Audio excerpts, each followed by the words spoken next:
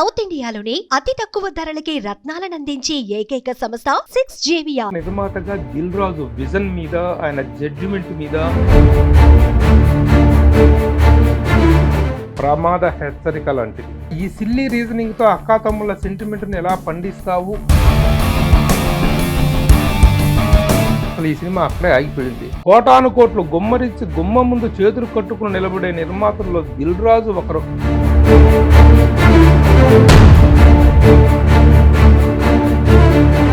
కాంబినేషన్ల వెంట పరుగులు పెడుతున్న నిర్మాతలను, కొందరు హీరోలు, దర్శకులు పెడుతున్న చిత్రహింసల చరిత్రలన్నీ మాకు తెలుసు.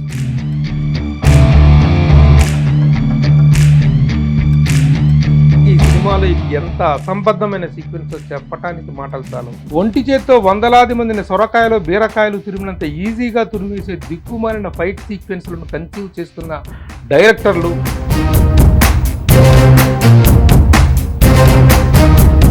వీళ్ళందరూ ఈ అసంబద్ధ అతిశయోక్తికి, ఈ నేల విడిచిన సాము గర్డీలకు బాధ్యులే. ప్రేక్షకుడికి చూపించే 13,000 అడుగుల సినిమా కోసం నిర్దాక్షిణ్యంగా తగలేస్తున్నారు. కమర్షియాలిటీ పేరుతో అర్థం పర్థం లేని చెత్త సినిమాలు తీస్తున్న దర్శక నిర్మాతలందరికీ ఇది వర్తిస్తుంది. హలో, నమస్తే and welcome to Suman TV. మొన్న జూలై 4న విడుదలైన తమ్ముడు సినిమా చూసిన తరువాత రివ్యూలు, రేటింగులు అంటూ ఆ సినిమాను చీల్చి చెండాడాలనే ఉద్దేశం నాకు లేదు. అయితే సినిమా రిలీజ్ అయిన రోజునే రివ్యూలు పెట్టి సినిమాలను కిల్ చేస్తున్నారని ఇండస్ట్రీ మొత్తం వాపోతున్న కారణంగా రిలీజ్ అయిన 6వ రోజున ఈ సినిమాకు సంబంధించిన సమీక్షను మీ ముందుకు తెస్తున్నాను. నిజానికి ఇది రివ్యూ కాదు, కానీ ఈ సినిమా చూసిన తర్వాత ఎవరికైనా కొన్ని సందేహాలు, ప్రశ్నలు పుట్టుకొస్తాయి. ఎందుకంటే ఇలాంటి సినిమా ఎవరో ఎన్ఆర్ఐలు లేక రియల్ ఎస్టేట్లో బాగా సంపాదించి కొత్తగా ఇండస్ట్రీకి వచ్చిన రియల్టర్లు తీశారంటే అనుభవరాహిత్యం అనుకోవచ్చు. కానీ నిర్మాణం, పంపిణీ, ప్రదర్శన రంగాలలో 30 ఏళ్ల అనుభవంతో దాదాపు 60కి పైగా చిత్రాలు నిర్మించిన దిల్ రాజు నుండి ఇలాంటి సినిమా రావటం చాలా ఆశ్చర్యానికి గురి చేస్తుంది. సినిమా అన్న తర్వాత అపజయాలకు ఎవరూ అతీతులు కారు. నిజానికి చిత్ర నిర్మాణంలో కాకలు తీరిన యోధులు లాంటి నిర్మాతలు, దర్శకులు అట్టర్ ఫ్లాపులతోనే భ్రమించుకున్నారు తప్ప విజయాలతో కెరీర్ ముగించిన వాళ్ళు చరిత్రలో దాదాపు లేరనే చెప్పాలి. కాబట్టి ఫెయిల్యూర్ ఇవ్వటం తప్పు కాదు, నేరము కాదు. అలాగే దిల్ రాజు లాంటి ఒక promising and running producer judgment మీద నమ్మకాన్ని, గౌరవాన్ని ఏర్పరచుకోవటం ప్రేక్షకుల తప్పు కూడా కాదు. ఒక క్యాలెండర్ ఇయర్లో 6 చిత్రాలు రిలీజ్ చేసి 6 హిట్స్తో డబుల్ హ్యాట్రిక్ కొట్టిన అరుదైన వరల్డ్ రికార్డు కలిగిన గ్రేట్ ప్రొడ్యూసర్ దిల్ రాజు. అంత మాత్రాన ఆయన నుండి ఫ్లాప్స్ రాకూడదని, ఫ్లాప్ ఇవ్వటం నేరమని ఎవరు అనరు. అయితే చిత్ర నిర్మాణం పట్ల ఒక నిర్మాణాత్మకమైన అవగాహన, అనుభవం కలిగిన దిల్ రాజుకు వరుసగా ఫ్యామిలీ స్టార్, గేమ్ చేంజర్, ఇప్పుడు తాజాగా తమ్ముడు లాంటి ఎదురు దెబ్బలు తగలటం బాధగా, ఆశ్చర్యంగా అనిపిస్తుంది. అయితే గతాన్ని పక్కన పెడితే ఇప్పుడు తాజాగా విడుదలైన తమ్ముడు చిత్రం చూశాక ఎవరికైనా ఎదురయ్యే మొదటి డౌట్, ఈ చిత్ర దర్శకుడు వేణు శ్రీరామ్ ఏం చెప్పి, ఏం చేసి దిల్ రాజును ఒప్పించాడు అన్నది $1000 క్వశ్చన్. అందుకే అక్కా తమ్ముళ్ళ ఈ రొటీన్ సెంటిమెంటల్ డ్రామాలో నాకు వచ్చిన కొన్ని సందేహాలను మీ ముందుంచుతున్నాను. 1, ఈ తమ్ముడు కథకు మూలం అక్కా తమ్ముళ్ళ సెంటిమెంట్. అక్కకు తమ్ముడికి 10 ఏళ్ల గ్యాప్ ఉంటుంది.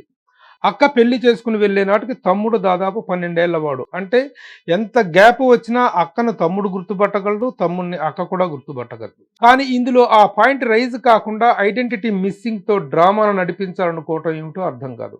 అక్క తన లవర్కు ఇమ్మని ఇచ్చిన లవ్ లెటర్ తమ్ముడు దగ్గర నుండి తండ్రి లాగేసుకుంటే అందులో వాడి తప్పే ఉంది. తనకు ఇష్టం లేని బలవంతపు పెళ్లి చేసిన తండ్రి మీద కోపం ఉండవచ్చు, కానీ కన్న కొడుకులాగా చూసుకున్న తమ్ముడిని వదిలేయటానికి బలమైన కారణం ఏమీ లేదుగా. అయినా గొప్ప సంస్కారి అయిన భర్త దొరికాడు కాబట్టి తమ్ముడిని చేర తీసుకుంటుంది, కానీ శాశ్వతంగా వదిలేసుకోవాల్సిన అవసరం ఏముంది? పోనీ నువ్వు ప్రేమించిన వాటితో లేచిపోయి ఉంటే అప్పుడు సమాజంలో లేచిపోయిన దాన్ని తమ్ముడు అనే అపప్రద తమ్ముడికి ఎక్కడ వస్తుందనే భయంతో తన ఐడెంటిటీని హైడ్ చేసుకుంది అంటే ఒక అర్థం ఉంటుంది. అలా కాకుండా కేవలం తండ్రి మీద కోపంతో అల్లారు ముద్దుగా చూసుకున్న తమ్ముడు చచ్చాడో బతికాడో కూడా తెలియకుండా 15 ఏళ్ల పాటు ఏ అక్క ఉండదు. తనను కన్న తల్లిలాగా చూసుకున్న అక్క తనకు శాశ్వతంగా దూరం అయితే ఏ తమ్ముడు తట్టుకోలేడు. అలాంటి అక్క ఎక్కడ ఎలా ఉందో పట్టకుండా తమ్ముడు ఆర్చరీలో నేషనల్ ఛాంపియన్ అవుతాడు. కానీ ఆ విలువిద్యలో ఐబాల్ను కొట్టలేకపోవటానికి మాత్రం సబ్ కాన్షియస్ మెమరీలో అక్క జ్ఞాపకాలు వెంటాడటమే కారణమని గ్రహించి 15 ఏళ్ల తరువాత అక్క కోసం అన్వేషణ ప్రారంభిస్తాడు. ఇది ఈ కథకు బేస్. అసలు అక్కాతమ్ముళ్ళు విడిపోయిన కారణమే బలంగా లేదుగా, ఈ సిల్లీ రీజనింగ్ తో అక్కాతమ్ముళ్ళ సెంటిమెంట్ ని ఎలా పండిస్తావు అని దిల్ రాజు దర్శకుడు వేణు శ్రీరామ్ను అడిగి ఉంటే అసలు ఈ సినిమా అక్కడే ఆగిపోయింది. ఇక విలన్ ట్రాక్ విషయానికి వస్తే, సౌండ్ ఎలర్జీ అనే ఒక విచిత్రమైన డిఫెక్ట్ తో విలన్ ట్రాక్ ను డిజైన్ చేశాడు దర్శకుడు వేణు శ్రీరామ్. అదెంత అబ్సర్డ్ గా ఉందో చూద్దాం. బాగా డబ్బున్న పిల్లలు లేని జంట ఒక 15 ఏళ్ల అనాథ బాలుడిని పెంచుకుంటుంటే వాడు తెలివిగా వాళ్ళ కారుకు యాక్సిడెంట్ చేసి వాళ్ళను చంపేసి తను మాత్రం ప్రాణాలతో బయటపడతాడు. అయితే ఆ యాక్సిడెంట్ కు కారణంగా ఒళ్ళు మొత్తం కాలిపోయి వికృతంగా కనిపించడమే కాక కర్ణబేరి పగిలి సౌండ్ ఎలర్జీ అనే ఒక ప్రాబ్లం వస్తుంది. ఆ పెంపుడు తల్లిదండ్రుల ఇన్సూరెన్స్ డబ్బులతో వాడు పెద్ద డాన్ గా ఎదుగుతాడు. 20 డెసిబిల్స్ సౌండ్ను కూడా తట్టుకోలేని ఒక అనాథ బాలుడు పెద్ద డాన్గా అవతరించి మంత్రులను, ముఖ్యమంత్రులను, అధికారులను, మీడియాను కూడా శాసించగల స్థాయికి ఎలా ఎదుగుతాడు అన్న చిన్న లాజిక్ దిల్ రాజు అడిగినా ఆ సినిమా అక్కడే ఆగిపోయి ఉండేది. కనీసం ఆ ట్రాక్ అంత అతిశయోక్తిగా తయారై ఉండేది కాదు. ఇక ఇన్సూరెన్స్ డబ్బుల కోసం ఫ్యాక్టరీని పేల్చేసి వందలాది కార్మికులను పట్టణం పెట్టుకుంటాడు విలన్. న్యాయ పోరాటం చేస్తున్న కార్మికుల పక్షాన ఫైనల్ ఎంక్వైరీ చేసి ఫైల్ మీద సంతకం చేయాల్సిన కర్తవ్య ధర్మానికి కట్టుబడ్డ అక్కను చంపడానికి బయలుదేరుతుంది విలన్ గ్యాంగ్. ఎక్కడో ఆంధ్ర ఛత్తీస్గఢ్ సరిహద్దులోని గిరిజల గ్రామంలో కొండదేవత మొక్కు తీర్చుకోవటానికి అక్క తన భర్త తరఫు బంధువర్గం మొత్తాన్ని తీసుకుని వెళ్తుంది. అదే సమయంలో అక్కను వెతుక్కుంటూ తన గర్ల్ ఫ్రెండ్ తో బయలుదేరతాడు హీరో. ఆ అన్వేషణలో భాగంగా అనుకోకుండా అక్క కూతుర్ని రక్షిస్తాడు. అప్పుడు అక్కను తను గుర్తుపట్టాడు కానీ విచిత్రంగా అక్క మాత్రం తమ్ముడిని అస్సలు పోల్చుకోదు.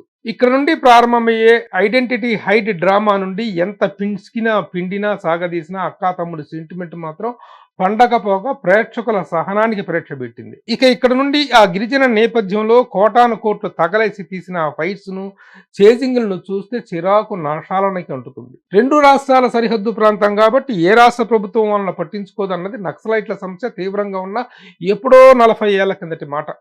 నిజానికి ఇలాంటి సరిహద్దు ప్రాంతాలలో 2 రాష్ట్రాల గిరిజన సంక్షేమ పథకాలు వారికి అందుతుంటాయి. అలాగే ఓట్ల కోసం 2 రాష్ట్రాల రాజకీయ నాయకులు వాళ్ళని ముద్దు చేస్తుంటారు.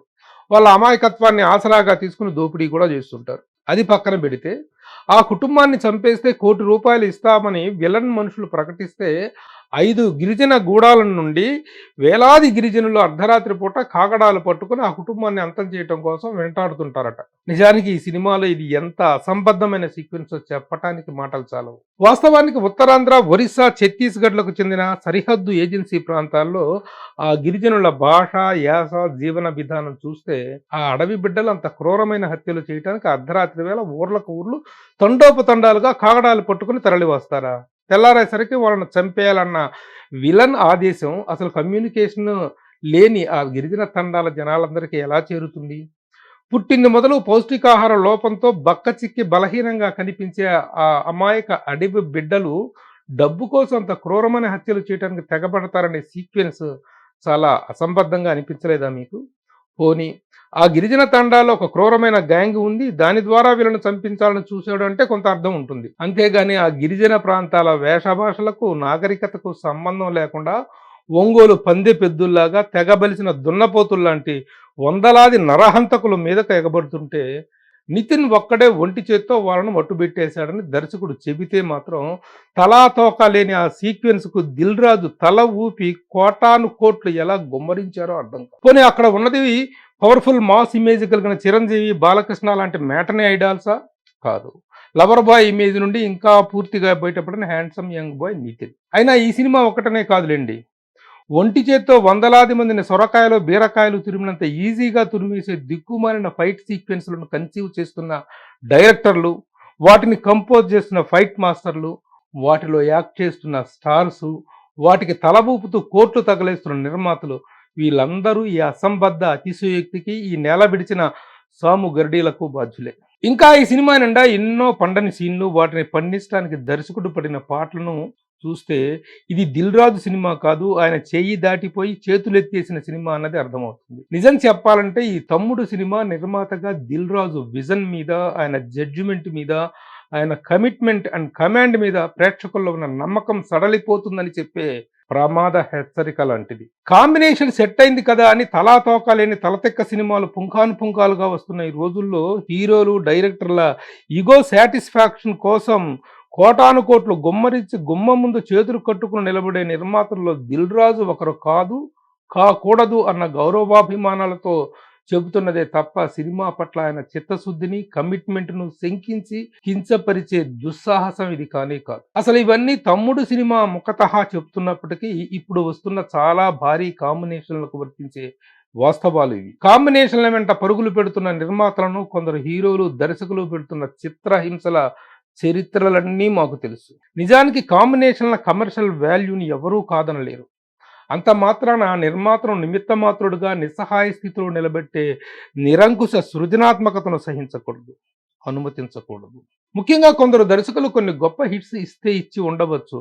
అయితే ఆపసోపాలు పడుతూ ఇచ్చిన ఆ విజయం కోసం 6 సినిమాల లెంగ్త్ను ఎక్స్పోజ్ చేసి అందులో నుండి 3 సినిమాల ఫైనల్ కట్టించి ఆపై ఎడిటింగ్ రూమ్లో వందలాది గంటలు కుస్తీలు పట్టి కోట్ల విలువైన ఎక్స్పోజర్ను డస్ట్బిన్ పాలు చేస్తున్నారు. ప్రేక్షకుడికి చూపించే 13,000 అడుగుల సినిమా కోసం లక్షలాది అడుగులు ఎక్స్పోజ్ చేస్తూ కోటాను కోట్ల విలువైన కాల్ షీట్లను నిర్దాక్షిణ్యంగా తగలేస్తున్నారు. అలాంటి అనారోగ్యకరమైన విజయం కన్నా కన్విక్షన్తో వచ్చే విజయం మిన్న. కాబట్టి విజయం అనే లక్ష్యమే కాదు, దాన్ని సాధించిన మార్గం కూడా మంచిదై ఉండాలి అన్న గాంధీజీ సూక్తిని చిత్ర నిర్మాణానికి అన్వయించుకోవాల్సిన అవసరం ఉంది.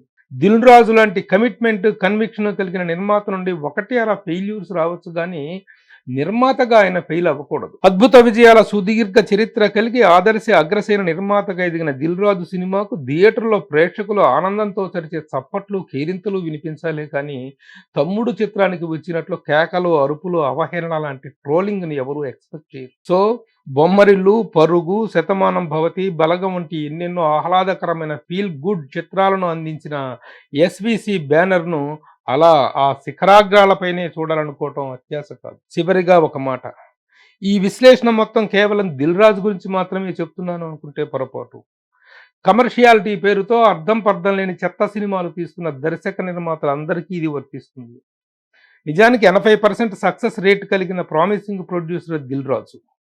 ఆయన నుండి ఇలాంటి సినిమాలు రావటం బాధాకరం అని చెప్పటమే తప్ప ఇది ఆయన నిర్మాణ దక్షతను తప్పు పట్టడం కాదు, ఆయన ప్రతిష్టను తక్కువ చేసి చూపటం కాదు. అజ్ఞాని విజయం కన్నా విజ్ఞాని అపజయం బాధాకరం అన్న నిజాన్ని గ్రహిస్తారని ఆశిస్తూ సైనింగ్ ఆఫ్, జర్నలిస్ట్ ప్రభు. సుమన్ టీవీలో మీ పర్సనల్ అండ్ బిజినెస్ ప్రమోషన్స్ కోసం కింది నెంబర్కి కాంటాక్ట్ చేయండి.